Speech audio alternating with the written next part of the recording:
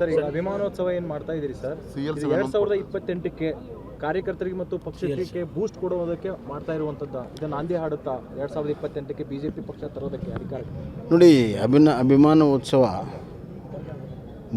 ಕರ್ನಾಟಕದ ಮೂಲೆಗೂ ಇದರ ಸಂದೇಶ ಹೋಗ್ತದೆ.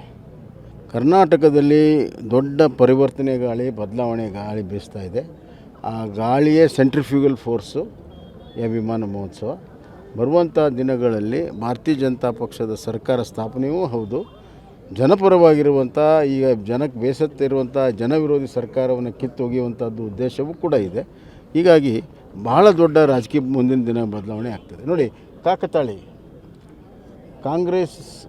ಕಾಂಗ್ರೆಸ್ನಲ್ಲಿ ಬಿರುಕುಂಟಾಗಿ ಅಧಿಪತನಕ್ಕೆ ಹೋಗುವಂಥ ಸಂದರ್ಭದಲ್ಲಿ BJP ಒಕ್ಕಟ್ಟಾಗಿ ಒಂದಾಗಿ ಆಕಾಶ ಎತ್ತರಕ್ಕೆ ಹಾರುವಂಥ ಒಂದು ಸಮಾರಂಭ, ಅದು ದೈವಿಚ್ಛೆ. ಎಷ್ಟು ಜನ ಸೇರ್ಬೋದು ಸರ್? ಹಂಗೆ ಅಂದಾಜು ಎಷ್ಟು ಜನ ಸೇರ್ಬೋದು? ನಮ್ಮ ನಿರೀಕ್ಷೆ 10 ಲಕ್ಷ ಜನ ಸೇರ್ತಾರಂತ ದಾಖಲೆ. ಹಿಂದೆಂದೂ ಯಾವುದೇ ರಾಜಕೀಯ ಹಲವಾರು ಸಭೆಗಳಾಗಿದ್ದಾವೆ, ಆ ಎಲ್ಲ ದಾಖಲೆಗಳನ್ನು ಮುರಿಯುವಂಥ ನಿರೀಕ್ಷೆ ಇದೆ. ಸರ್, ಈಗ ಅಭಿಮಾನೋತ್ಸವ ಏನು ಮಾಡ್ತಾ ಇದ್ದೀರಿ ಸರ್, 2028ಕ್ಕೆ ಕಾರ್ಯಕರ್ತರಿಗೆ ಮತ್ತು ಪಕ್ಷಕ್ಕೆ ಬೂಸ್ಟ್ ಕೊಡುವುದಕ್ಕೆ ಮಾಡ್ತಾ ಇರುವಂಥದ್ದು, ಇದು ನಾಂದಿ ಹಾಡುತ್ತಾ 2028ಕ್ಕೆ ಬಿಜೆಪಿ ಪಕ್ಷ ತರೋದಕ್ಕೆ ಅಧಿಕಾರಕ್ಕೆ? ನೋಡಿ, ಅಭಿಮಾನೋತ್ಸವ ಕರ್ನಾಟಕದ ಮೂಲೆಗೂ ಇದರ ಸಂದೇಶ ಹೋಗ್ತದೆ.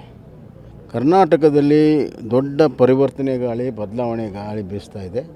ಆ ಗಾಳಿಯೇ ಸೆಂಟ್ರಿಫ್ಯೂಗಲ್ ಫೋರ್ಸು ಈ ಅಭಿಮಾನ ಮಹೋತ್ಸವ.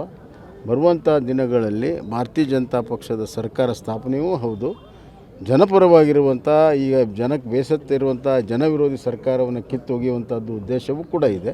ಹೀಗಾಗಿ ಬಹಳ ದೊಡ್ಡ ರಾಜಕೀಯ ಮುಂದಿನ ದಿನ ಬದಲಾವಣೆ ಆಗ್ತದೆ. ನೋಡಿ, ಕಾಕತಾಳಿ ಕಾಂಗ್ರೆಸ್ನಲ್ಲಿ ಬಿರುಕುಂಟಾಗಿ ಅಧಿಪತನಕ್ಕೆ ಹೋಗುವಂಥ ಸಂದರ್ಭದಲ್ಲಿ BJP ಒಕ್ಕಟ್ಟಾಗಿ ಒಂದಾಗಿ ಆಕಾಶ ಎತ್ತರಕ್ಕೆ ಹಾರುವಂಥ ಒಂದು ಸಮಾರಂಭ, ಅದು ದೈವಿಚ್ಛೆ. ಎಷ್ಟು ಜನ ಸೇರ್ಬೋದು ಸರ್? ಹಂಗೆ ಅಂದಾಜು ಎಷ್ಟು ಜನ ಸೇರ್ಬೋದು? ನಮ್ಮ ನಿರೀಕ್ಷೆ 10 ಲಕ್ಷ ಜನ ಸೇರ್ತಾರಂತ ದಾಖಲೆ. ಹಿಂದೆಂದೂ ಯಾವುದೇ ರಾಜಕೀಯ ಹಲವಾರು ಸಭೆಗಳಾಗಿದ್ದಾವೆ, ಆ ಎಲ್ಲ ದಾಖಲೆಗಳನ್ನು ಮುರಿಯುವಂಥ ನಿರೀಕ್ಷೆ ಇದೆ. ಸರ್,